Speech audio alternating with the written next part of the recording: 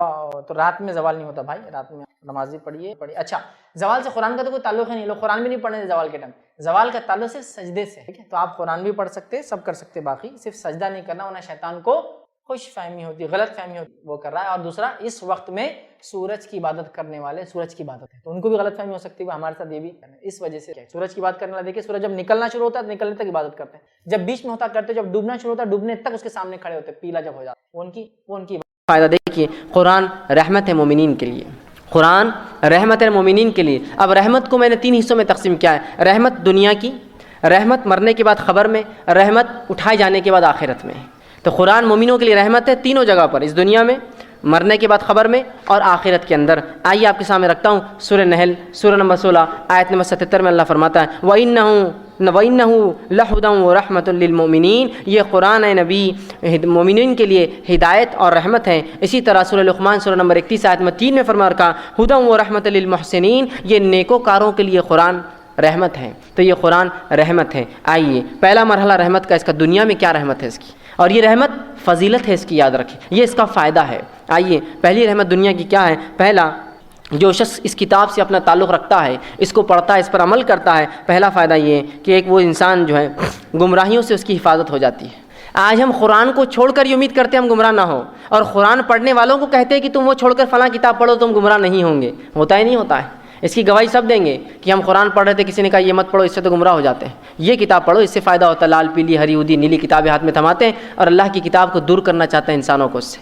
تو قرآن دیکھیے سب سے پہلے گمراہیوں سے حفاظت ہے، اس کو چھوڑنے کے بعد امید ہی مت کیجیے کوئی کتاب دنیا کی ہدایت دے سکتی ہے، یاد رکھیے۔ آئیے اس کے تعلق سے سورہ طٰہٰ سورہ نمبر 20 آیت نمبر 123 میں اللہ نے فرمایا اور کہا فَمَنِ اتَّبَعَ هُدَايَ فَلَا يَضِلُّ وَلَا يَشْقَىٰ، کہ جو کوئی میری ہدایت کی پیروی کریں گا، قرآن کی پیروی کریں گا، تو نہ تو وہ گمراہ ہوں گا اور نہ ہی اللہ فرماتا ہے کسی تکلیف میں جو ہے مبتلا ہوں گا۔ جو قرآن کی پیروی کریں گا، دیکھیں لفظ کیا، ہدایہ، میری ہدایت پر عمل کریں گا جو قرآن ہے، فلا یضل، وہ کبھی گمراہ، ضلالت، گمراہی کے راستے پہ نہیں جائیں گا، ولا یشقا، اور کسی قسم کی دنیا اور آخرت کی تکلیف اس شخص کو نہیں ہوں گی جو میری ہدایت قرآن پر عمل کریں۔ اب قرآن پر عمل نہ کر کے ہم تصور کرتے ہیں کہ اللہ ہم کو ہدایت دے اور ہماری حفاظت کر، پھر نہیں ہو سکتی، یاد رکھیں سوائے گمراہی کی کچھ نہیں آئیں گی۔ پھر تو جو میری ہدایت پر عمل کریں گا وہ گمراہ نہیں ہوں گا۔ اور کچھ لوگ کہتے ہیں اس کو پڑھنے سے ہم گمراہ ہوتے ہیں، قرآن کہہ رہا ہے اس پہ پڑھنے سے تو ہدایت ملتی ہے، تم گمراہ نہیں ہوتے ہو۔ در حقیقت تو وہ لوگ خود گمراہ ہوتے ہیں جو دوسروں کو کہتے ہیں کہ اس کتاب کے پڑھنے سے لوگ گمراہ ہوتے ہیں، ٹھیک۔ اسی طرح طبرانی کی روایت ہے، آپ صلی اللہ علیہ وسلم فرماتے ہیں کہ قرآن کا ایک سرا اللہ کے ہاتھ میں اور دوسرا سرا اس کے پڑھنے، اس کے قاری، اس کی تلاوت، اس پہ عمل کرنے والے کے ہاتھ میں۔ اب اندازہ لگائیے کہ جب قرآن ایک رسی ہے اور جس کا ایک سرا اللہ کے ہاتھ میں اور ایک سرا بندے کے ہاتھ میں، کیا وہ شخص سے کبھی امید ہے وہ گمراہ ہو سکتا ہے؟ یا وہ شخص اس شخص کو کوئی کبھی زندگی میں گمراہ کر پائیں گا جو اللہ کی رسی کو تھامے ہو اپنے ہاتھ میں؟ اسی طرح دوسرا فائدہ دنیا کی زندگی میں قرآن سے کیا ہوگا؟ آئیے کہ زندگی جو ہے ہماری جو گزرتی ہے، یہ فتنوں سے اس میں حفاظت ہو جائیں گی۔ قرآن جو تلاوت کرتا ہے، پڑھتا عمل کرتا ہے، اس کی زندگی کو اللہ رب العزت فتنوں سے بچا لیتا ہے۔ صحیح مسلم کی روایت ہے، آپ صلی اللہ علیہ وسلم فرماتے ہیں سورہ کہف کی ابتدائی 10 آیتیں یاد کرو، اس لیے کہ یہ دجال کے فتنے سے تمہیں محفوظ رکھیں گی۔ سورہ کہف کی ابتدائی 10 آیتوں کو یاد کرو، یہ دجال کے فتنے سے تمہیں محفوظ رکھیں گی۔ اسی طرح صحیح مسلم کی دوسری روایت میں آپ نے فرمایا آدم علیہ السلام سے لے کر قیامت تک کے لیے کوئی فتنہ اتنا بڑا نہ ہوا جتنا بڑا فتنہ دجال کا فتنہ ہے۔ گویا دجال دنیا بننے سے لے کر قیامت تک کے سب سے بڑا فتنہ ہے، یاد رکھیے۔ تو جب سورہ کہف کی ابتدائی 10 آیتیں دنیا کے سب سے بڑے فتنے سے حفاظت کر سکتی ہیں، تو باقی چھوٹے موٹے فتنوں کا تو معاملہ آپ سمجھ ہی گئے ہوں گے کیا ہوگا۔ پھر صحیح مسلم کی روایت آپ نے فرمایا جب سے دنیا بنی قیامت تک سب سے بڑا فتنہ جو انسانوں پر آئیں گا وہ دجال کا ہے۔ جب دجال کے فتنے سے صرف سورہ کہف کی 10 آیتیں کافی ہے اس کے فتنے سے بچنے کے لیے، تو دیگر فتنے اور فساد سے بچنے کے لیے تو میں سمجھتا ہوں پورا قرآن ہے، چھوٹے موٹے ہیں وہ تو اس کے مقابلے میں۔ تو قرآن جو شخص پڑھتا ہے دنیا میں جو ہے فتنے اور فساد سے بچتا ہے۔ تیسرا فائدہ دنیاوی، آئیے آفات سماوی، بلاؤں، مصیبتوں، زلازل، زلزلوں سے اور باڑھ سے، ایسی قسم کی اور قحط سالی سے انسان کی حفاظت ہوتی ہے۔ آئیے ایک مرتبہ یوں ہوا، نبی اکرم صلی اللہ علیہ وسلم کے تعلق سے آتا ہے، سنن ابو داؤد کی روایت ہے، ایک صحابی کہتے ہیں حضرت عقبہ رضی اللہ عنہ کہ ہم نبی اکرم صلی اللہ علیہ وسلم کے سفر میں تھے، اچانک بادل آ گئے، اندھیرا چھا گیا، تیز آندھیاں چلنے لگی اور بالکل طوفان جیسا ماحول ہو گیا۔ آپ صلی اللہ علیہ وسلم کو ہم نے دیکھا، آپ صلی اللہ علیہ وسلم نے جو ہے اللہ میں پناہ مانگنا شروع کر دی۔ اللہ سے حفاظت طلب کرنا شروع کر دی، مانگا، اور اس کے بعد آپ صلی اللہ علیہ وسلم معوذتین سورہ فلق اور سورہ ناس پڑھنے لگے اور فرمایا معوذتین کے ذریعے اللہ سے پناہ مانگو، کسی پناہ مانگنے والے کے لیے ان 2 صورتوں سے زیادہ جو ہے بہتر کوئی نہیں، یاد رکھیے۔ فوراً اللہ میں پناہ مانگی اللہ کے رسول نے، اور پناہ مانگنے کے لیے تو پتہ چلا آفتوں، زلزلوں، مصیبتوں کے اندر ایسے وقت میں ہمیں چاہیے کہ ہم سورہ فلق اور سورہ ناس کی تلاوت کریں، یہ ہمیں ان تمام سے محفوظ کرتا ہے۔ گویا دنیاوی آفتیں جو آسمان کے ذریعے آ سکتی، زمین سے آ سکتی، ہواؤں کے ذریعے آ سکتی ہے، قرآن اس سے بھی حفاظت کرتا ہے۔ آئیے اور فائدہ کیا ہے اس کا؟ چوتھا فائدہ، جو شخص قرآن پڑھتا ہے، اس پہ عمل کرتا ہے، اس کے مطابق زندگی گزارتا ہے، اللہ تعالیٰ اس کے رزق میں فراوانی دیتا ہے۔ کون نہیں چاہتا رزق میں فراوانی اور برکت ہو؟ ہمارے، میرے اور آپ کے رزق بڑھے، جو کماتا ہوں اس میں برکت آئے۔ تو جو قرآن پر عمل کرتا ہے، اس کے مطابق زندگی گزارتا ہے، رزق میں فراوانی ہوتی ہے۔ اللہ رب العزت فرماتا ہے سورہ مائدہ سورہ نمبر 5 آیت نمبر 66 میں، اور کہتا ہے وَلَوْ أَنَّهُمْ أَقَامُوا التَّوْرَاةَ وَالْإِنْجِيلَ وَمَا أُنزِلَ عَلَيْهِمْ مِنْ رَبِّهِمْ لَآكُلُوا مِنْ فَوْقِهِمْ وَمِنْ تَحْتِ أَرْجُلِهِمْ۔ اللہ فرماتا ہے، اور یہ آیت اہل کتاب یہودیوں کے لیے آئی تھی، اللہ نے یہودیوں کو خطاب کر کہا اگر یہ یہودی توریت پر قائم رہتے، توریت کے مطابق عمل کرتے اور انجیل پر عمل کرتے، اور اے نبی جو آپ پر اترا اس پر عمل کرتے، تو آپ دیکھتے ہم ان کو کھلاتے ان کے اوپر سے اور ان کے نیچے سے، ان کو رزق دیتے آسمانوں سے اور زمین سے، اگر یہ ایمان لاتے تو، اور توریت کے مطابق عمل کرتے اور انجیل کے مطابق عمل کرتے اور قرآن کے مطابق عمل کرتے، تو آپ دیکھتے ہم انہیں کھلاتے، یا کلو سیدھا لفظ ہے کھانے کا، ہم انہیں کھلاتے، روزی دیتے ان کے اوپر سے اور ان کے نیچے سے، آسمان اور زمین سے ان کو روزیاں دیتے، اگر یہ اس کتاب کو تھام لیتے۔ اگر یہودیوں کو اس کتاب تھامنے کا یہ فائدہ ہے تو یقیناً مسلمانوں کے لیے بھی آئے تھے، اگر ہم بھی اس کتاب کو تھامیں تو اللہ آسمان اور زمین سے ہمیں روزیاں کھلائیں گے۔ یاد رکھیے، وہ کیسے، وہ اللہ ہی جانتا ہے، اور جس نے اس کے فائدے اٹھائے، جس نے اس کو دیکھا ہے، وہی جانتا ہے کیسے اللہ کھلاتا ہے ایسی روزیاں۔ اسی طرح جو ہے کوئی شخص اگر قرآن کے اوپر عمل کرے تو اس کی فضیلت جو 5ویں دنیا کا فائدہ وہ یہ ہے، سیاسی عروج اور غلبہ انسان کو ملتا ہے۔ جس قوم نے اس کتاب کو تھاما، اس کے مطابق ان کی زندگی رہی، ان کو اللہ رب العزت نے سیاسی عروج اور غلبہ دیا، وہ ہمیشہ غالب رہے دنیا پہ، اور جو ہے لوگوں کے اوپر جو حکومتیں کی، جس کے تعلق سے مسلم کی روایت ہے، صحیح مسلم کی حدیث ہے، آپ صلی اللہ علیہ وسلم فرماتے ہیں اللہ اس کتاب کے ذریعے بعض لوگوں کو عروج عطا فرماتا ہے اور بعض کو اسی کے ذریعے رسوا اور ذلیل کرتا ہے۔ اللہ بعض لوگوں کو اس کتاب کے ذریعے عروج دیتا ہے اور بعض کو ذلیل۔ مطلب کیا ہوا؟ مطلب یہ کہ جو اس پر پڑھیں گے، اس پہ عمل کریں گے، ان کو اللہ دنیا میں عروج دیں گا، جو اس کو پڑھ کر اس پر عمل نہیں کریں گے، اللہ ان کو اس دنیا میں ذلیل اور خوار کریں گا۔ اندازہ لگائیے۔ اسی طرح دنیا کا چھٹا فائدہ یاد رکھیے، اس سے کیا ہوگا کہ رات کے شر اور فتن اور خطرات سے انسان کی حفاظت ہوتی ہے قرآن پڑھنے والے کی۔ رات کے جو شر ہوتے ہیں، فتنے فساد ہوتے ہیں، رات جو ہے ظاہر سی بات ہے جن شیاطین عام ہو جاتے ہیں، اس سے بھی حفاظت ہوتی ہے۔ صحیح بخاری کی حدیث ہے، آپ صلی اللہ علیہ وسلم فرماتے ہیں جو رات سوتے وقت آیت الکرسی پڑھ کر سوئے، صبح تک ایک فرشتہ اس کی حفاظت کرتا ہے۔ دیکھیں کیسی فضیلت ہے اس کلام کی کہ اگر رات پڑھ کر سوتا ہے آیت الکرسی تو صبح تک فرشتہ حفاظت کرتا ہے، یاد رکھیے، ٹھیک ہے۔ تو یہ بھی اسی طرح آپ نے فرمایا جو شخص رات سورہ بقرہ کی آخری 2 آیتیں پڑھ کر سوئے، یہ آیتیں اس کے لیے کافی حفاظت کے اعتبار سے، اور اگر مر بھی جائے تو یہ اس کے آخرت کے اعتبار سے کافی ہو جائیں گے، اس کی مغفرت کے اعتبار سے کافی ہو جائیں گے۔ اندازہ لگائیے جس کلام کی 2 آیتیں یہ تاثیر رکھتی ہو، پورا کلام پڑھنے والا اور عمل کرنے والے کی زندگی کیسی ہوں گی۔ اسی طرح 7واں فائدہ جو دنیا میں اٹھاتے ہیں اس قرآن کا، جو فضیلت ہے، خیر و برکت کا حصول ہے قرآن، یاد رکھیے۔ صحیح مسلم کی روایت ہے، آپ صلی اللہ علیہ وسلم فرمائے سورۃ البقرہ پڑھا کرو، اس کا پڑھنا باعث برکت اور چھوڑنا باعث حسرت ہے۔ سورۃ بقرہ کو پڑھا کرو، جو اس کو پڑھتا ہے یہ باعث جو ہے برکت ہے گھروں کے اندر۔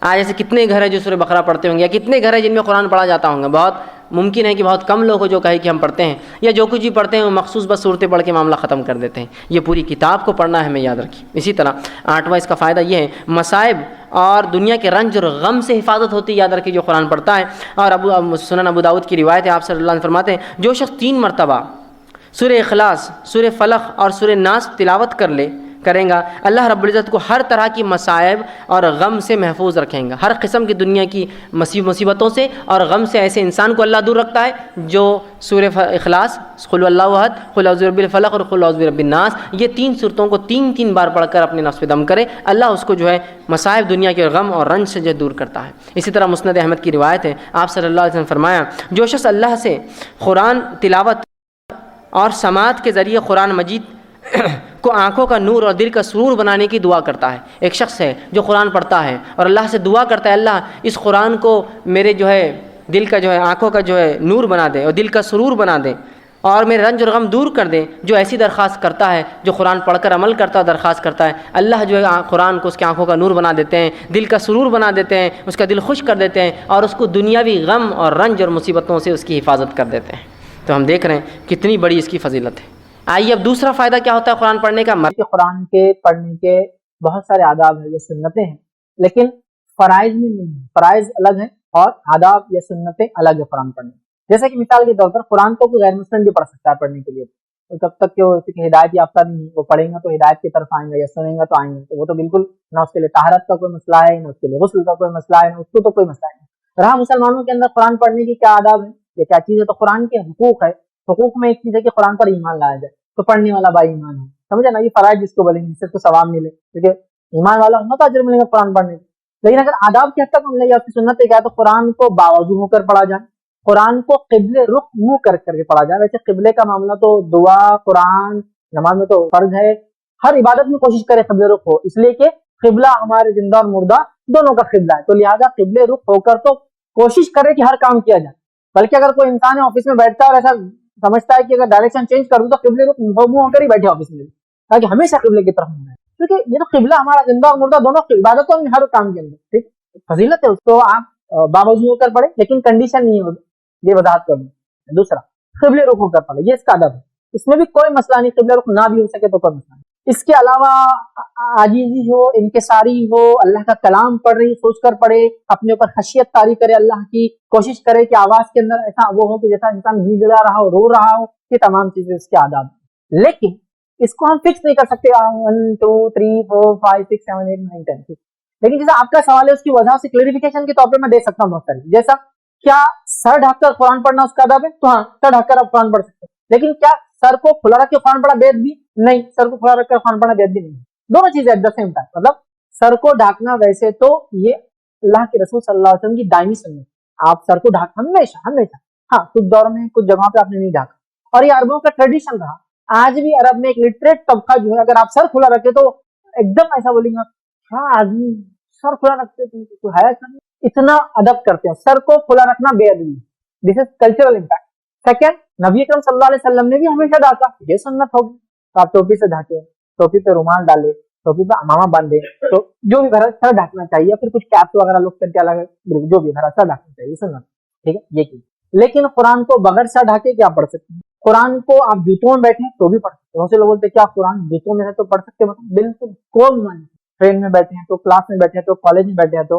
دلیل نبی اکرم صلی اللہ علیہ وسلم کا عمل ہے. ابو داؤد کی روایت ہے، نبی اکرم صلی اللہ علیہ وسلم بہت ساری مرتبہ مسجد نبی میں آئے، آپ نے نماز پڑھائی اور جوتوں میں پڑھائی. جوتوں میں نماز پڑھائی، ویسے تو قرآن ہی پڑھا جاتا ہے، پڑھ سکتے. قرآن کو بیٹھ کر پڑھ سکتے ہیں، لیٹ کر پڑھ سکتے ہیں. قرآن کو کھڑے ہو کر بھی پڑھ سکتے ہیں، بیٹھ کر بھی پڑھ سکتے ہیں، لیٹ کر بھی پڑھ سکتے ہیں. کیوں؟ اللہ رب العزت نے قرآن میں اللہ کے نیک بندوں کی صفت بیان کی.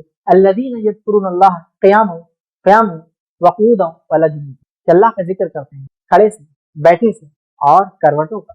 اللہ کا ذکر کرتے ہیں. الذین یذکرون اللہ قیاما، کھڑے ہو کر ذکر کرتے ہیں، قعودا بیٹھ کے کرتے ہیں، ہاں وجنوبا اور اپنے کروٹوں پر اللہ کا ذکر کرتے ہیں. جیسے پتہ چلا قرآن اللہ کا افضل ذکر ہے، تو کھڑے رہ کر ہی پڑھتے، اس کو بیٹھ کر ہی پڑھتے، حالت مجبوری لیٹ کر ہی پڑھانا ہوتا ہے. بیمار انسان لیٹا ہے، قرآن رکھا ہوا پڑھ، بیٹھ کر پڑھوں گا تو ایک پارا پڑھ سکتا ہوں، لیکن تھوڑا لیٹ کر پڑھتا ہوں تو 3 4 پارے پڑھ لے تو دن بھر میں اتنا ٹائم لیٹ کر، کیونکہ آپ زیادہ اللہ کے کلام کی تلاوت کرنا چاہتے ہیں. اس کے ادب و ادبی میں نبی اکرم صلی اللہ علیہ وسلم کے تعلق سے ماں عائشہ فرماتی ہے میں حائضہ ہوتی حیض کی حالت میں، اور نبی اکرم صلی اللہ علیہ وسلم اپنا سر مبارک میرے ران پر، میری مانجی پر رکھتے اور آپ قرآن کی تلاوت کر رہے ہوتے اور میں سن رہی. تو نبی لیٹ کر پڑھ رہے ہیں ماں عائشہ کے ران پر، مانجی پر سر، اور ماں عائشہ حائضہ حیض کی حالت پر. تو مسئلہ پتہ چلا کوئی حائضہ عورت اس کا شوہر بیٹا وغیرہ پڑھ لے تو بالکل سن سکتی ہے، اس کو بھاگنے کی ضرورت نہیں وہاں سے نکل. سیکنڈ، ایک آدمی لیٹ کر پڑھ سکتا ہے. نبی اکرم صلی اللہ علیہ وسلم لیٹ کر پڑھ. نبی اکرم صلی اللہ علیہ وسلم حدیث میں آتا ہے کہ رات کے وقت اٹھتے ہیں تہجد کے لیے، اٹھ کر بستر سے نکلتے ہیں، گھر سے باہر جاتے ہیں، آسمان کی طرف دیکھتے ہیں اور سورۃ آل عمران کی آخری 10 آیتیں تلاوت، اور اس کے بعد وضو کرتے ہیں اور اس کے بعد نماز. تو بغیر وضو کے آپ تلاوت کی، پھر آ کے وضو کیا، پھر تہجد کی نماز. تہجد کی نماز کے بعد فجر کی اذان ہوتی، فجر کی 2 سنت پڑھ کے آپ مسجد میں فجر کی نماز، یہ معمول تھا. تو پتہ چلا بغیر وضو کے پڑھا، لیٹ کرنے. اچھا بیٹھے پیر پھیلا ہوا ہے تو پیر چپکا ہوا، یہ سب مسئلہ ہے. لیکن ہوتا یہ کہ انڈیا پاکستان وغیرہ میں لوگوں کو جو قرآن کے ادب سکھایا جاتا ہے اچھا نہیں کو، لیکن ہم کو ایسا لگتا ہے کہ اس کے علاوہ دوسرا جو ہے سب غلط. تو ویسا نہیں، ویسا نہیں. اور وہ لوگ اللہ کے کلام کا بڑا ذکر کرتے اور قرآن سے آپ دیکھیں تھا آپ نے کہا عرب میں ہم گئے تو عرب کو دیکھتے ہیں ان کی جو انسیت ہے بہت مختلف ہماری ان سے. اللہ کے کلام سے جو ان کا معاملہ ہے وہ اس طرح سے کہ میں نے وہاں دیکھا ہوں کہ سیکورٹی گارڈ ہے, پولیس سیکورٹی گارڈ جو اندر آتے چیک کرتا ہے, اگر لوگ آ رہے ہیں تو کھڑا ہے چیکنگ کرے گا, جیسے ہی لوگ گئے قرآن بازو اس کی مشین پہ رکھا ہوا کوئی بھی شروع ہوگا, کھڑے کھڑے چونکہ وہ بیٹھ نہیں سکتا اسے کہاں نہیں کر تو ایسا کھلا ہے پڑھتے رہیں گے. آپ کوئی آ گیا رکا ہے تو چیک کیا پھر کھڑا ہو گیا قرآن کو. ان کا شغف قرآن سے لگاؤ گے تو قرآن کو آپ زندگی کا ایک معمول بنا لیں گے, گائیڈ بک بنا لیں گے, زندگی کے ہر پہلو پہ لگتی ہے آپ کو اپنے ساتھ. اب حافظ نہیں ہے تو ہر پہلو پہ لگیں گے نا پڑھنا ہے, تو تب آپ خود سمجھیں گے پریکٹیکلی بہت ساری چیزیں ہیں جو کریں گے قرآن, تبھی تو ہم اس کے ساتھ رہیں گے. صحابہ وغیرہ کا معاملہ یہ تھا, وہ ایسی قوم تھی جن لوگوں کو حافظہ بہت تیز ہوا کرتا, اور اس زمانے میں حال بھی یہ تھا کہ عربوں کو اپنے امی ہونے پر ناز تھا. عرب اپنے کو امی کہتے تھے, مانا امی کا معنی ہوتا ہے ان پڑھ ناخواندہ, پڑھا لکھا نہیں, فخر سے بولتے تھے. آپ کو لگتا ہے کہ وہ قوم میں تھا فخر سے میں پڑھا لکھا نہیں, تم سب میں جاہل ہو نا, پڑھنا لکھنا نہیں آتا ان کو, بیٹا پاگل ہے تو فخر کی بات کیا ہے, اس میں پڑھا لکھا نہیں. لیکن ان کے لیے پڑھنا نہیں لکھنا نہیں آتا بولنا فخر کی بات کیوں تھی, اس لیے کہ یہ بولنا چاہ رہے تھے تم لوگ پڑھتے لکھتے ہو, ہم ہر چیز کو یاد کرتے ہیں. اس لیے نہ پڑھنا لکھنا فخر تھا, تو لہٰذا جس کو ہر چیز یاد ہوتی ہے ان کو پڑھنے لکھنے کی کیا ضرورت ہے, صحیح بات. لیکن ہم لوگوں کے حافظ اتنے تیز نہیں تھے, اسی لیے حدیث بھی یاد رکھتے تھے. بولتے ہیں بہت سے لوگ بولتے ہیں نا جو مذاق اڑاتے ہیں نعوذ باللہ حدیث ہوگا, ہم نے ان سے سنا ہم نے ان سے سنا ہم نے ان سے سنا ہم نے ان سے سنا, انہوں نے فرمایا ایسا تھا, چلو تم بولو. بولتے میرے کو تو یاد, ہاں پھر حدیث مانتے کہ بخاری میں لکھی انہوں نے ان سے سنا انہوں نے ان سے سنا, تم کو تو یاد نہیں. ارے تو بیوقوف آدمی تو وہ نہیں جس کی بات اتنے غور سے سنے, وہ اللہ کے رسول کھڑے ہیں. اور پاگل میں وہ نہیں جو سننے والا صحابی ہوں ویسے حافظ والا, تو تو وہ نہیں ہے بولنا, تیرا مقام اور تیری اوقات وہ نہیں ہے, میری بھی نہیں ہے, تو لہٰذا سے فالتو سوالات نہیں کرنا والا. ٹھیک, ہاں اگلی بار آ کے بول, میں ریکارڈ کرتا بولنا تیری بات, پھر تیرے کو سناتا وہی جو تم نے بولا.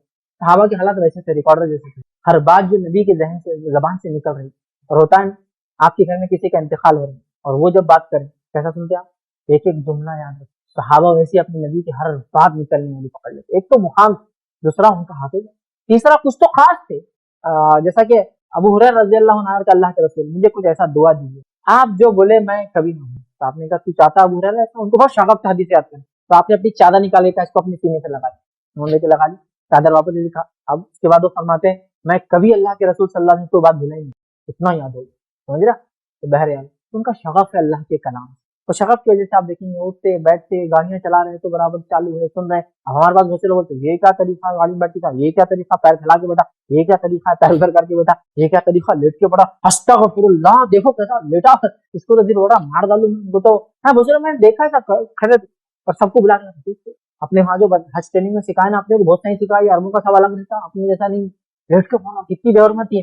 بے حرمتی نہیں کر رہا ہے, ہاں اس کے آداب ہیں, لیکن آداب کے خلاف جانا کوئی گناہ نہیں, یا وہ ایسا کوئی خلاف ورزی نہیں کرتا. لہٰذا آپ دیکھیں گے جیب میں رکھیں گا, وقتاً پڑھیں گا, مشینوں پہ رکھا ہے پڑھ رہا ہے, ہاتھ لا کے پڑھ رہا ہے, کبھی کوئی چیز سے پڑھ رہا ہے, کبھی کسی کو بول رہا ہے پڑھ کے سنا یار میں ادھر کھڑا ہوا نہیں, ادھر پڑھنے کا ٹائم نہیں ہو رہا, تو کوئی اس کو سنا دے رہا ہے, لیٹے لیٹے پڑھ رہا ہے, کھڑے کھڑے پڑھ رہا ہے, بیٹھے بیٹھے پڑھ رہا ہے, جہاں اس کو موقع ملا, گاڑی میں پڑھ رہا ہے, جوتے ہیں جوتوں کے ساتھ پڑھ رہا ہے, ٹوپی ہے ٹوپی کے ساتھ پڑھ رہا ہے, ٹوپی رومال نہیں ہے کھلے سر سے پڑھ رہا ہے, ٹھیک ہے سر پہ برے بال نکال دیا ویسے پڑھا ٹکلا ہو پڑھ رہا ہے. لیکن ہمارے پاس مسئلہ کیا ہے, شیطان نے نہیں پڑھنے کے 100 بہانے لا کے دے دی. ایک صاحب مجھے بولنے لگے ہمارے گھر میں ابھی قرآن نہیں پڑھ رہے بہت دن سے, ذرا تو برکت کم ہوتی نہیں پڑھ, بولا شاید بھول جا رہے, نہیں بولے جانماز دھلی بھی نہیں, جانماز دھوئیں گے تو پڑیں گے نا قرآن, جانماز دھونے میں کیا ٹائم لگتا, نہیں پرابلم وہ نہیں ہے, بولے جانماز دھونے میں گڈھا کرنا پڑتا, بولے اس کا پانی تھوڑی نالی میں ڈال سکتے, تو اس لیے دھل رہی نہیں, بولے ابھی گڈھا کریں گے کہ جانماز تو اچھا پانی اس میں ڈالنا پڑتا نا جیسے نماز پڑھتے ہیں. تو انڈیا پاکستان میں 100 بہانے نہیں پڑھنے کے قرآن اور نماز, ٹھیک, وہ لوگوں نے 100 بہانے بنا لیے اپنے لیے پڑھنے, ٹھیک.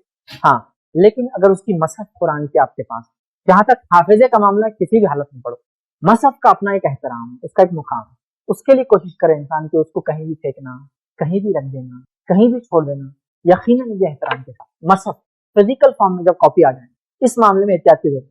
نبی اکرم صلی اللہ علیہ وسلم پڑھ رہے تھے لیکن آپ کے مصحف نہیں تھی تب, تو آپ لیٹ کر پانا, لیکن آپ کے مصحف تو لیٹ کے ہو, لیکن احترام یہ نہیں کہ آپ مصحف پڑھ رہے تو یہاں چھوڑ دیے, وہ گر جا رہی, کوئی اس طرح چل جا رہا, یا مصحف کو زمین پر رکھ کے آپ چلے گئے, کوئی آ جا رہا, کسی کا پیر لگنے کا ڈر ہے.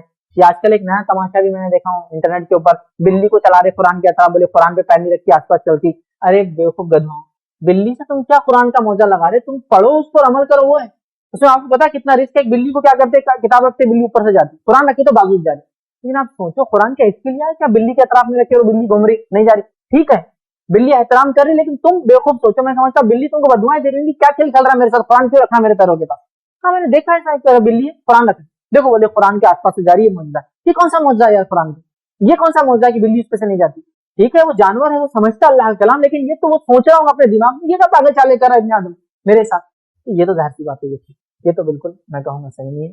اس مصحف کا ایز اے بک فارم احترام ہے, تو لہٰذا اس کی ڈگنیٹی اس کو آپ رکھیں, وہ تو میں سمجھتا ہوں کریں گے, بٹ جب تک وہ ہاتھ میں اور اوپر ہے پھر لیٹ کے پڑھو یا بیٹھ کے انشاءاللہ مسئلہ نہیں, لیکن جب رکھیں گے, جب بند کریں گے تو عام کتاب جیسا پھینک دے رہے ہیں یا رکھ دے رہے ہیں یا نیچے رکھ دے رہے ہیں اور آپ کھڑے ہو جا رہے ہیں, کیونکہ نیچے بیٹھے تھے آپ, بالکل نہ کیجیے, جیسے کسی کا پیر پڑ سکتا ہے, کسی کا دھکا لگ سکتا ہے, اور یہ بالکل صحیح نہیں ہوگا. تو بہرحال لیکن اس پہ بھی, اس کے بعد بھی میں کہوں گا قرآن مجید کے فضائل بول کر ہے کہ محمد اقبال کیلانی صاحب کی کتاب ہے, اس میں اس کے پڑھنے کے مکمل آداب ہے, آپ ضرور اس کو پڑھیں, انشاءاللہ اس میں تفصیلات ہوں. بلکہ قرآن مجید شفا ہے, اور یہ روحانی شفا بھی ہے اور جسمانی شفا بھی ہے. یہ اس کی بہت بڑی فضیلت ہے, یاد رکھیے. جہاں اس کی فضیلت ہے کہ کتاب ہدایت ہے, وہیں اس کی فضیلت یہ ہے کہ دنیا کے فائدے بھی دیتی ہے, دنیا کی روحانی شفا بھی ملتی ہے, جسمانی شفا بھی ملتی ہے. گویا جو نفسیاتی امراض ہے اس کا علاج بھی اس میں ہے, اور جسمانی امراض کا علاج بھی اس قرآن میں. اللہ رب العزت فرماتا ہے سورہ یونس سورہ نمبر 10 آیت نمبر 57 میں کہتا ہے, یا ایھا الناس قد جاءتکم موعظۃ من ربکم وشفاء لما فی صدور. اے لوگو, تمہارے رب کی طرف سے تمہارے پاس ایک زبردست نصیحت آ چکی ہے, من ربکم شفاء لما فی صدور, اور اس کی خصوصیت یہ دلوں کے بیماریوں کو دور کرتی ہے. دلوں میں کیا بیماریاں ہوتی ہیں انسان؟ دلوں کی بیماریوں سے مراد ہے کینہ, بغض, حسد, تکبر, دکھاوا, جھوٹ, جو برائیاں ہوتی ہیں, جو نفس کے شر ہوتے ہیں. اس کتاب کے اندر ان شر کا علاج ہے. کہا اس میں شفا ہے ان چیزوں کے لیے تمہارے دلوں میں ہوتی بیماریاں. آگے فرمایا اللہ رب العزت نے کہ یہ جہاں نفسیاتی بیماریوں کا علاج ہے, یہ جسمانی بیماریوں کا بھی علاج ہے. اور اللہ نے فرمایا سورہ بنی اسرائیل سورہ نمبر 17 آیت نمبر 82 میں کہا, وَنُنَزِّلُ مِنَ الْقُرْآنِ مَا هُوَ شِفَاءٌ وَرَحْمَةٌ لِّلْمُؤْمِنِينَ وَلَا يَزِيدُ الظَّالِمِينَ إِلَّا خَسَارًا. کہ اللہ فرماتا ہے وَنُنَزِّلُ مِنَ الْقُرْآنِ مَا هُوَ شِفَاءٌ, کہ قرآن کو ہم نے نازل کیا اور اس کے اندر ایسی آیتیں ہیں جو انسانوں کے لیے شفا ہے. یہ جسمانی شفا ہے, یاد رکھیے, شفا ہے ورحمہ اور رحمت ہے مومنین کے لیے. اور فرمایا ولا یزید الظالمین الا خسارا, لیکن یہ کتاب ظالموں کے لیے خسارے کے سوا کچھ نہیں ہے. جو اپنی نفس سے ظلم کرے تو یہ کتاب تو خسارہ ہے, لیکن مومنوں کے لیے تو شفا ہے, ہدایت ہے, رحمت ہے اللہ رب العزت کی یہ کتاب, یاد رکھیے. تو اس کتاب میں جسمانی شفا بھی ہے, روحانی شفا بھی ہے. اسی طرح سورہ دخان سورہ نمبر 44 آیت نمبر 41 میں اللہ فرماتا اور کہتا ہے قل هو للذی آمنوا ھدی وشفاء, کہہ دیجیے آپ کے پاس ایک ایسی کتاب آ گئی جس پہ تم ایمان لاؤ, اس میں ہدایت ہے اور اس میں شفا ہے. کہہ دو مومنوں سے اس کتاب کے بارے میں کہ اس میں شفا اور ہدایت ہے. تو اس قرآن میں شفا ہے اور اس قرآن میں ہدایت ہے, یاد رکھیے. اسی طرح اس میں کیا کیا چیزوں کی شفا آئی ہے ہم دیکھتے ہیں. سب سے پہلا, سب سے اول, یہ دلوں کے امراض کا علاج ہے, یاد رکھیے. ہر قسم کی بغض, کینہ, نفاق, کفر, شرک, جو باتیں دل میں برائی کی آتی ایمان سے ہٹ کر, سب کا علاج قرآن میں ہے. اور نہ صرف بلکہ جسمانی سکون اور اطمینان بھی دل کو ملتا ہے. دل کی بیماریوں میں جو ہے انسانوں کو شفا ملتی ہے قرآن سے, جیسا کہ اللہ نے فرمایا سورہ رعد سورہ نمبر 13 آیت نمبر 28 میں کہا الا بذکر اللہ تطمئن القلوب, کہ جان لو کہ اللہ کے ذکر میں ہی انسانوں اور مومنوں کے دل اطمینان پاتے ہیں. تو اگر کوئی شخص قرآن کی تلاوت کرے تو اس کا دل اطمینان میں ہوتا ہے اور ہر قسم کی بیماری سے جو ہے بچ جاتا ہے. اسی بات کو اللہ کے رسول صلی اللہ علیہ وسلم نے صحیح مسلم کی روایت میں یوں دہرایا اور کہا قرآن پڑھنے والوں پر اللہ تعالیٰ سکینت نازل کرتا ہے, سکون دیتا ہے. اور آج بے سکونی اور بے اطمینانی ہی انسانوں کی کئی بیماریوں کی وجہ ہے نہیں ہے. تقریباً قوم میں جو بیماریاں انسانوں کو جسمانی ہوتی ہے اس کی وجہ صرف بے اطمینانی اور بے سکونی ہے. اور قرآن کی خصوصیت یہ ہے, یہ سکون دیتا ہے, دلوں کو سکون اطمینان دیتا ہے, ذہن سکون اطمینان میں ہوتا ہے. بلکہ مومنوں پر جب قرآن پڑھتے ہیں تو سکون اور سکینت نازل ہوتی ہے, یاد رکھیے. اسی طرح دوسرا فائدہ قرآن سے جسمانی شفا. دوسرا فائدہ دیکھیے اس کی فضیلت میں یہ تمام چیزیں کہ زہریلے جانوروں کے کانٹے کا علاج ہے قرآن. کیا فضیلت اس کتاب کی آئی ہے. نبی اکرم صلی اللہ علیہ وسلم کے تعلق سے آتا ہے, یہ صحیح بخاری کی روایت ہے, آپ صلی اللہ علیہ وسلم جو ہے اگر آپ بیمار ہو جاتے یا کوئی جانور یا کوئی زہریلا کیڑا آپ کو کاٹ لیتا تو آپ سورہ فاتحہ پڑھ کر دم کرتے اپنی نفس پر. اسی طرح طبرانی کی ایک روایت ہے جس میں یوں آتا ہے کہ نبی اکرم صلی اللہ علیہ وسلم نماز پڑھ رہے تھے, ایک بچھو نے آپ کو یہ ڈنک مار دیا. آپ صلی اللہ علیہ وسلم فرمایا کہ لعنت ہو اللہ کی بچھو پر, یہ عجیب مخلوق ہے, نہ یہ عام لوگوں کو چھوڑتے ہیں نہ انبیاؤں کو چھوڑتے ہیں. اور آپ نے ایک چپل لے کر اس کو مار دیا.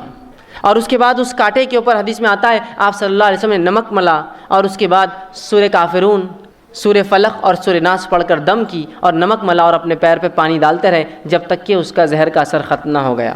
تو پتہ چلا اس میں جسمانی شفا بھی ہے کہ اگر کوئی جانور یا کیڑا انسان کو کاٹ لے, جہاں ہم دوا کریں, دوا کے ساتھ سورۃ الفاتحہ, سورہ کافرون, سورہ فلق اور سورہ ناس پڑھ کر دم کیجئے. دیکھیے اس سے بھی جو اس کا اثر ضائع ہو جاتا ہے, کم ہو جاتا ہے, سکون ہوتا ہے, انسان کو اطمینان حاصل ہوتا ہے. یہ اس کی فضیلت ہے، یاد رکھیے اس کتاب کی۔ اسی طرح جنون اور مرگی کے مرض کا قرآن علاج ہے، یاد رکھیے۔ جس کو مرگی ہوتی ہے، ایپیلیپسی بولتے ہیں، یا جنون جس کو ہوتا ہے، پاگل پن سوار ہو جاتا ہے، اس کے تعلق سے یہ تیسری فضیلت ہے۔ ابو داؤد کی، سنن ابو داؤد کی روایت ہے، آپ صلی اللہ علیہ وسلم فرماتے ہیں جنون اور مرگی کی بیماری میں روزانہ صبح اور شام 3 مرتبہ سورہ فاتحہ پڑھ کر انسان اپنے نفس پہ دم کرے۔ جس کو جنون ہے، جس کو مرگی ہے، وہ شخص 3 مرتبہ رسول اللہ صلی اللہ علیہ وسلم فرماتے ہیں صبح اور شام سورہ فاتحہ پڑھ کر اپنے نفس پر دم کرے۔ دم سمجھتے ہیں نا آپ؟ ایسا پھونکنا کہ اس میں تھوڑا تھوک اڑے اور انسان پھر اس کو ملے اپنے آنکھ پر یا ان اعضاء پر جس پہ تکلیف ہے۔ تو اندازہ لگائیے کیا فائدے اس قرآن کے، کہ سورۃ الفاتحہ پڑھنے کے اتنے فائدے ہیں۔ اسی طرح چوتھا فائدہ جو جسمانی بیماری کے اعتبار سے وہ یہ کہ تمام بیماریوں کا علاج جو ہے قرآن میں ہے، اور نبی اکرم صلی اللہ علیہ وسلم فرماتے ہیں، صحیح مسلم کی روایت ہے، سورۃ الفاتحہ پڑھ کر جو چیز اللہ سے طلب کی جائے اللہ سبحانہ تعالیٰ عطا فرماتا ہے۔ سورۃ الفاتحہ پڑھ کر جو چیز اللہ سے طلب کی جائے اللہ عطا فرماتا ہے۔ اسی طرح دوسری روایت نے فرمایا، صحیح مسلم کی یہ بھی حدیث ہے، سورۃ البقرہ کی آخری 2 آیتیں جو شخص پڑھ لے اور پڑھ کر اللہ سے کچھ طلب کرے اللہ رب العزت اس کو عطا فرما دیتا ہے جو اس نے طلب کیا ہے۔ اب بہت سی مرتبہ ایک سوال میرے اور آپ کے ذہن میں آتا ہے، کیا واقعی میں ایسا کرنے سے فائدہ ہوگا؟ جس وقت ہم نے یہ سوچا اس وقت اب ہم کو فائدہ نہیں دے گا یہ کلام۔ یہی تو خصوصی اس کلام کی، اس پر ایمان ہو تب یہ ہوتا ہے۔ جس طرح سے ایک انسان دواخانے جاتا ہے، ڈاکٹر کے پاس جاتا ہے، مجھے بتائیے اتنے لوگ یہاں بیٹھے ہیں، اس میں وہ لوگ بھی ہوں گے جو میڈیکل شعبے سے تعلق رکھتے ہیں، وہ بھی ہوں گے جو سادے لوگ ہیں۔ آج تک کسی ڈاکٹر نے آپ کو کوئی دوا لکھ کر دی ہو اور کبھی آپ نے پوچھا ہو کیا یہ دوا اسی مرض کی اور چیک کیا ہو کراس ویریفیکیشن؟ ایسا کوئی ایک شخص کی میں نے چیک کیا تھا ایک بار کہ میرے کو دوا دیے تھے، جا کر پورا کنٹینٹ چیک کیا، دیکھا، جانچا، تب کھایا؟ بتائیے کوئی ایک واقعہ ایسا کہ آپ نے آج تک کیا ہو، بتائیے مجھے کوئی ہے ایسا مجمع میں نے آج تک کئی بار پوچھا کسی نے نہیں کہا۔ تو یہ ایمان چاہیے اللہ کی کتاب کے ساتھ، تب وہ کتاب اثر دکھائیں گی اپنا۔ پھر شک شبے کی بات تو ختم ہو گیا معاملہ۔ پھر جیسا ڈاکٹر پہ اعتماد کیا کہ نہیں انہوں نے دیا ہوں گا تو سچ ہی دیا ہوں گا، بعد میں ریئیکشن ہوگا، بعد میں کیا ہوں گا بعد میں پتہ چلا، تب تو اعتماد کیا ہے نا، کیا نہیں کیا؟ تو ویسے اللہ کی کتاب چاہتی ہے کہ لوگ ایسا ہی اعتماد کرے، جب ایمان لائے ہو اس پر تو یقین کرو پھر اس میں یہ چیز ہے، شک کرو گے تو پھر علاج نہیں ہو سکتا، پھر معاملہ ہاتھ سے گیا۔ یا پھر چلو اب سب کر لیا تو یہ بھی کر کے دیکھتے ہیں، پھر یہ اپنا اثر نہیں دکھاتی ہے۔ اس کو وہ ایمان چاہیے، وہ عقیدہ چاہیے، پھر دیکھیے اس کا اثر کیسا ہوتا ہے اس کتاب کا۔ اسی طرح 5ویں چیز جو اس کا جسمانی فائدہ ہے، جو انسان مرنے کے قریب ہوتا ہے، موت کے قریب ہوتا ہے، یہ موت کی تکلیف کو بھی دور کرتی ہے۔ نبی اکرم صلی اللہ علیہ وسلم کے تعلق سے آتا ہے، صحیح بخاری کی روایت ہے، ماں عائشہ رضی اللہ عنہا فرماتی ہے نبی اکرم صلی اللہ علیہ وسلم کی جب موت کا وقت قریب تھا، آپ کی زبان لڑکھڑا رہی تھی، پڑھنا مشکل تھا، آپ نے مجھے حکم کیا کہ میں معوذتین سورہ فلق اور سورہ ناس پڑھ کر دم کروں، اور میں اللہ کے رسول صلی اللہ علیہ وسلم پر یہ دونوں صورتیں دم کرتی، اپنے ہاتھ پر پھونک کر نبی اکرم صلی اللہ علیہ وسلم کی جسم پر ہاتھ پھیرتی۔ تو موت کی تکلیف بھی اس سے دور ہوتی، یاد رکھیے، ہر بیماری کا یاد رکھیے علاج ہے۔ اسی طرح نظر بد سے بھی جو قرآن پڑھنے سے انسان بچ جاتا ہے، یہ اس کا 6واں فائدہ ہے کہ نظر بد کا علاج ہے۔ جامع ترمذی کی روایت ہے، ابو سعید رضی اللہ عنہ اس حدیث کے راوی آپ فرماتے ہیں کہ آپ صلی اللہ علیہ وسلم بعض دعاؤں کے ذریعے شیاطین سے اور جو ہے جنوں سے اور نظر بد سے دعائیں جو اپنے آپ کی حفاظت کیا کرتے تھے، لیکن جب اللہ نے معوذتین نازل کر دی، سورہ فلق اور سورہ ناس نازل کر دی، تو رسول اللہ نے پھر وہ تمام دعائیں چھوڑ دی اور آپ یہ 2 دعائیں ہی پڑھا کرتے تھے، تو پتہ چلا یہ نظر بد کا علاج ہے۔ اسی طرح جو ہے یہ شیطان سے حفاظت کا علاج ہے، گویا انسان اس کو پڑھ لے تو اللہ کی حفاظت میں چلا جاتا ہے۔ اسی طرح سنن ابو داؤد کی ایک روایت ہے، آپ صلی اللہ علیہ وسلم نے فرمایا کہ پناہ مانگنے کی دعاؤں میں سب سے بہتر دعا معوذتین ہے۔ جب اللہ میں پناہ مانگو تو سب سے بہترین دعا جو میں اور آپ کر سکتے ہیں، چاہے موذی جو ہے زہریلے جانوروں سے ہو، درندوں سے ہو، بیماریوں سے ہو، تکلیف سے ہو، کہا کسی چیز سے اگر پناہ مانگنا ہے اللہ سے تو سب سے بہترین دعا سورہ فلق اور سورہ ناس ہے، یاد رکھیے معوذتین ہے۔ تو اندازہ لگائیے جس کتاب کی ابتدائی 1 سورت اور آخری کی 2 سورت کے اتنے فضائل ہیں، تو میں سمجھتا ہوں بیچ کا تو پورا باقی ہے، ابھی صرف اندازہ ہی کیا جا سکتا ہے۔ ابھی تو میں سورہ فاتحہ اور معوذتین کی باتیں کر رہا ہوں جب سے آپ کے سامنے، تو یہ اگر اس کی فضیلت ہے تو اندازہ لگائی جب یہ کھلیں گا اور جب شروع ہوگا سورہ بقرہ سے آگے تو کیا کیا فضیلت ہے، کیا کیا فائدے جو ہو سکتا ہے ہم کبھی جانے اور کبھی نہ بھی جانے کیا ہوتے ہوں گے، سب کچھ فائدہ اٹھاتے رہیں گے اس کا۔ آج اس کی دوری کا نتیجہ ذہنی مریض، جسمانی مریض، پریشانیاں اور ہمہ اقسام کے جو مصیبتوں میں ملوث ہیں، اس لیے کہ اس کتاب کو چھوڑ دیا اور اس پہ وہ ایمان نہیں رکھا جیسا اس کا حق ہے۔ آئیے اسی طرح اس کا 7واں دنیاوی فائدہ جو طب کے اعتبار سے، میڈیکل کے اعتبار سے ہوتا ہے، شیطانی وساوس کا بھی یہ علاج ہے۔ شیطانی وسوسے انسان کو آتے ہیں، یہ اس کا علاج ہے۔ صحیح بخاری کی روایت ہے، آپ نے فرمایا جس کو ایسے وساوس آئے، شیطان جس کو بہکائے، آیت الکرسی تلاوت کرے۔ اسی طرح آپ صلی اللہ علیہ وسلم فرماتے ہیں، جامع ترمذی کی روایت ہے، معوذتین پڑھ کر اپنے نفس پہ دم کرو، اس سے شیطان سے حفاظت ہوتی ہے۔ اسی طرح جو قرآن میں سورہ مومنون سورہ نمبر 23 اور آیت نمبر 97 اور 98 میں اللہ نے فرمایا اور کہا کہ مومن پناہ مانگتے ہیں شیطانوں سے، اور وہ آیت یوں ہے، اللہ فرماتا ہے ربی اعوذ بک من ہمزات الشیاطین، اے اللہ میں پناہ مانگتا ہوں ان شیطانوں سے، واعوذ بک ربی ان یحضرون، اور اللہ میں پناہ مانگتا ہوں تجھ سے کہ میرے قریب بھی آئے کبھی۔ تو دیکھیے اگر کوئی انسان یہ پڑھے تو وہ جنوں سے، شیاطین سے حفاظت اس کی جو ہوتی ہے۔ اسی طرح اس کا دنیاوی جو فائدہ ہوتا ہے 8واں، وہ یہ ہے کہ جادو کا علاج ہے۔ اگر کسی شخص پہ جادو ہو جائے تو اس کے مخصوص آیتیں جو قرآن کی نبی اکرم صلی اللہ علیہ وسلم پڑھتے تھے اور دیگر صحابہ سے ثابت ہے، اگر ہم پڑھیں تو اس سے یہ بھی علاج ہوتا ہے۔ تو پہلا فائدہ دیکھیے قرآن کا، اس کی فضیلت، یہ ہدایت کی کتاب ہے۔ دوسری فضیلت، یہ کتاب شفا بھی ہے، جو ہے جسمانی بیماریوں کا بھی علاج ہے اور روحانی بیماریوں کا بھی علاج ہے۔ آئیے تیسرا اس کا فائدہ دیکھیے، قرآن رحمت ہے مومنین کے لیے۔